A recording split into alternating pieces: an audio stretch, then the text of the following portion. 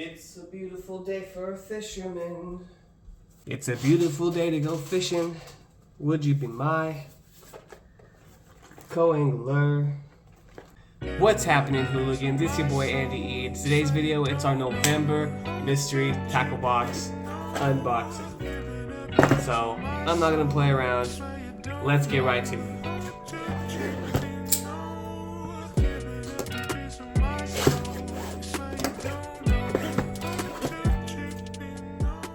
Low-key kind of excited. I haven't got to do a video in a while.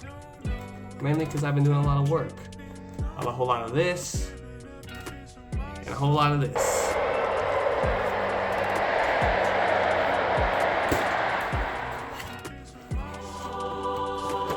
And you know, if I'm being honest with you guys, it's been a rough week, just with work.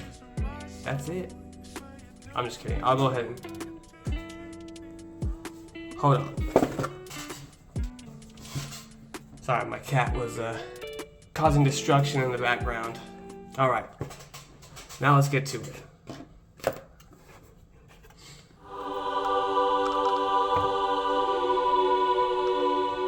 I can't even see what it is.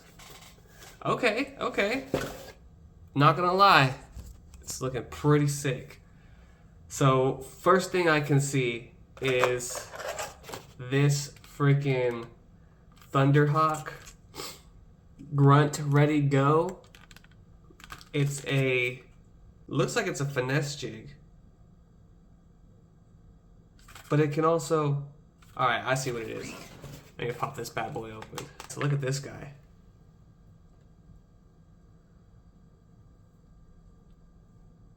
So we got this brown and blue swim jig, but it can also be utilized as a jig that you can pop off the bottom. Like you just bloop, bloop, and it already comes pre-rigged with these tiny little craws. And then it comes with 2 extra ones. So this thing's pretty cool.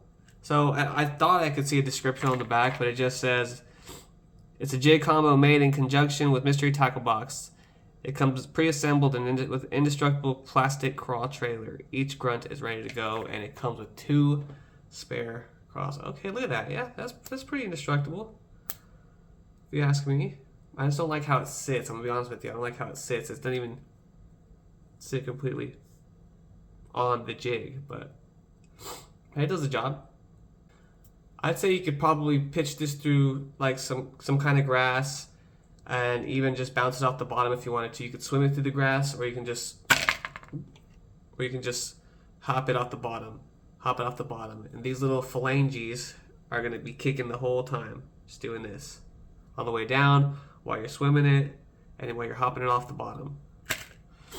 Alright, let's see what we got next. Toast.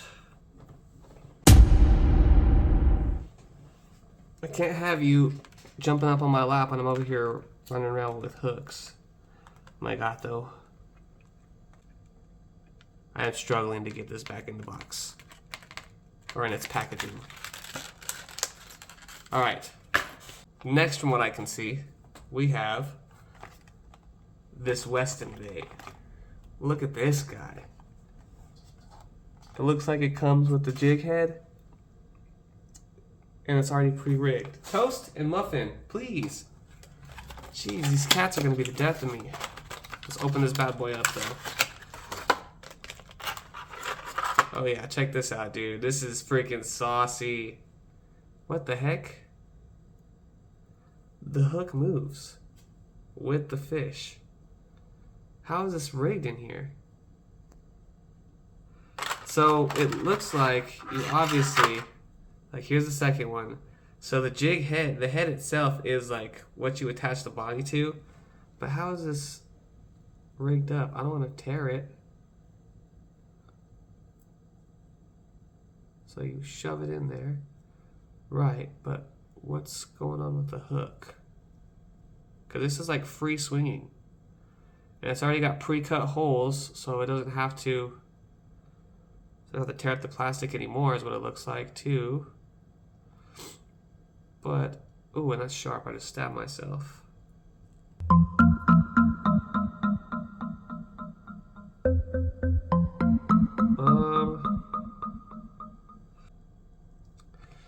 You know what? I don't know if I'm going to be able to take this out. Oh, there we go. Oh, okay. Look at that. Come on, focus. Please, thank you. So it's got the hook pre-rigged right there. And then once you get that done, you just give it the old flipperoonie like you would a Texas rig. Right? And then shove this back in there. I'm not gonna lie, I might have screwed it up. And then... A few moments later. Well, it would have worked before I screwed it up. But, like, that's the thing. Like, okay, it's a good concept. But look, I just tried to put it back together, and it's not, like, the best. It's not as seamless as it was when I first did it, you know? So my question is, when I put the new plastic on there, is it really going to work as good as it would have before the fish got it and ripped this off? Does that make sense? But like as pre-assembled and wherever they're assembling this thing, because I can try to shove this little, it's got a little lip there, but it's not wanting to stay, you know? I mean, I guess I could use super glue like all the old school fishermen. I don't know, but it's still pretty cool. Pretty weedless design. Like, oh, there's a hook, but if it's not hitting anything on the bottom, like, I'm not gonna get hooked at all. And I think this is friggin' saucy. So if you can get this to get on there correctly, and you can fish it in the right presentation, which it's fall still, fish are still schooling up on shad and getting these shad in the shallows. This is great, and you can fish it through grass and all that stuff. Like, look at this. This is saucy. Saucy, my guy, saucy. I appreciate what they're trying to do there, but the execution, like putting it together, it's, you know. Next, we got the Major Craft. What? Okay, so it's Major Craft. It's a crankbait. This is the Zoner Hunter series. Don Levino endorsed. Okay. But the facial design creates a new... Bro, I can't read. What am I trying to do here? So I have one of these. It's okay. It's not bad. It's basically your regular old crankbait. Goes like 3.5 to 6.5 feet, I think is what it says. Yeah, so it's nothing crazy. The craw color, nice. Next up, we have another Googan bait. We got the Googan Squad Mini Recon. And I like another craw color, like a lighter craw color. You know, I really like Googan Squad baits, but I wish that on their hard plastics, they would tell you... Excuse me, they would tell you what the color was. Oh, never mind. I can't read, I forgot. Mud bug. That's what this is. So yeah, it's basically like a different type of crawl pattern. Got some good rattles. That other one, a little more higher pitched rattles. Saucy, saucy. Next, we got the Lunker Hunt Wire Arm Finesse Spinner. So it's like exactly what it says. It's a finesse spinner. The spinner bait with a Ned Rig style jig head. Or if you ever fish like a beetle spin, it's essentially just a bigger version of that. So yeah, it's got this little paddler right here at the end, a white jig head, and two little blades. Nothing crazy. And it also comes with two like replacements for them, which you don't have to only use the replacements. You can use your own like 3-inch swim baits if you got them. But yeah, sticking with the fall shad pattern, I could see, since it is that time of year. I have been wanting to go fishing so bad. I went once and caught my new PB Rock, and I caught a fish on the mag draft for the first time that same day. And I haven't been fishing since.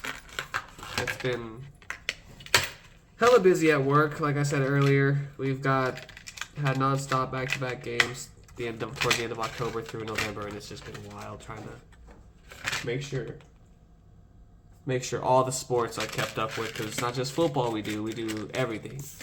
Next, We got some of these guys. Some kind of worm. It's almost like something you would use on a drop shot. Or you can use it on like what the heck is it called? On like wow, I cannot speak English today. On a chatterbait. There we go. Because look at that little finesse tail. Look at that. That thing's just going. I'm barely even moving this thing. So if you had this on a chatterbait, could you imagine how crazy that thing would be going? And look at that color too. It's got like red with a hint of purple and blue, a little pink.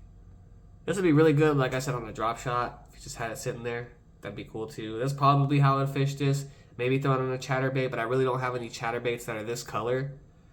I have a red one, like, but it's like deep red, like this color red. Like it's a deep red. And I don't think I could throw this on there. Maybe, you know, I've seen people throw white on blue, and I've done that before, and it's been successful. But like this color, I don't know. But it's pretty saucy. Like that tail is just going. Next up, we have the Big Bopper by NetBait, the 5.75 inch. So you're almost like your basic tail curl worm, except this one's a little bit more worm than curl tail, if that makes sense.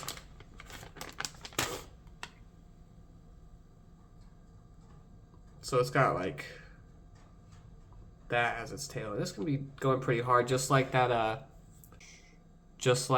blazing worm from the Guggen Squad. Just like that. The tail is very similar. It's just a little bit more of a lighter presentation. It's very, very much thinner than that Guggen Squad one is. And if you look, you can see purple flakes and gold flakes in there. Focus. It's trying to focus. Come on. There we go. Purple flakes and gold flakes in there. And it's that green. It's a good color. I would fish this. You can fish it on a Texas rig. Some people would throw it on a wacky rig. Some people would throw it on a, what's it called? Alabama rig. I couldn't think of what it was called. No? No. Carolina rig? That's the one. The Carolina rig. I don't know why I said Alabama rig. Could you imagine throwing this on with all the spoons and all, or not the spoons, with all the freaking spinners and all the rest of the paddle tails on there? That'd be hilarious. Next up, we got a Headbanger jig head. My buddies have this come in a mystery tackle box with Headbanger plastics. And essentially, it's a jig head, but it has like a chatterbait style head. Let's get it. There you go. So while you're swimming this on the bottom or doing whatever with it, this little head is going to be going. It's almost like a swivel head jig, except it's got a blade style on it. So yeah, you're just swimming this thing, and this thing's going to be going. So whatever paddle tail or crawl you're throwing on here is going to be going crazy in the back. Hey, you hush. You hush back there. I'm trying to make a video, bro. Jeez. Next up, we got some hooks. Nothing crazy. We got our dibble. For those who don't know, it just got your information. It gets you deals. It shows you some little bit of things about like the baits that you can get using lipless or flat-sided crankbaits, things of that nature. It's about all other types of fish like trout fishing, walleye fishing, all that stuff. MTB keepers. If you send them, I keep forgetting to say this. When you open the tackle box, it's got this little measuring thing here, so you can take a picture and hashtag on Instagram or whatever MTB keeper, and you could get posted on their Instagram. And finally, the piece de resistance, the sticker. Bruh. It's that freaking weedless, what the heck is it called? Baby Bull Shad by Mike Bucca. My experience with the weedless Baby Bull Shad was not a good experience. I literally fished it for 5 minutes to realize that it swims like trash, and I switched baits. I keep getting stickers of these freaking bull shads. Like, I don't mind, you know, not trying to complain here, but like, come on. My last sticker was, the sticker I got before these last 3, or that first mystery tackle box sticker I made a video about, was fire. It's a smallmouth bass, was lit. But like, this is the 3rd baby bull shad I've gotten. And the other 2 were the good baby bull shads, the hard style swim bait, and then I got this one. I'll put it on my desk of stickers or on my Yeti, but like, I got some beef with the weedless baby bull shad. But that's just me. Here's the price point of everything. If you want to pause the video, you can look at what the price is of everything versus the price of the box. I'll probably post that right around here or something. But yeah, that's basically it. And then it's got a QR code on the back. That's gonna do it. I hope you guys enjoyed the video. If you haven't already, make sure you hit that like and that subscribe button. And we'll see you on the next Fishing Mission, hooligans. Peace.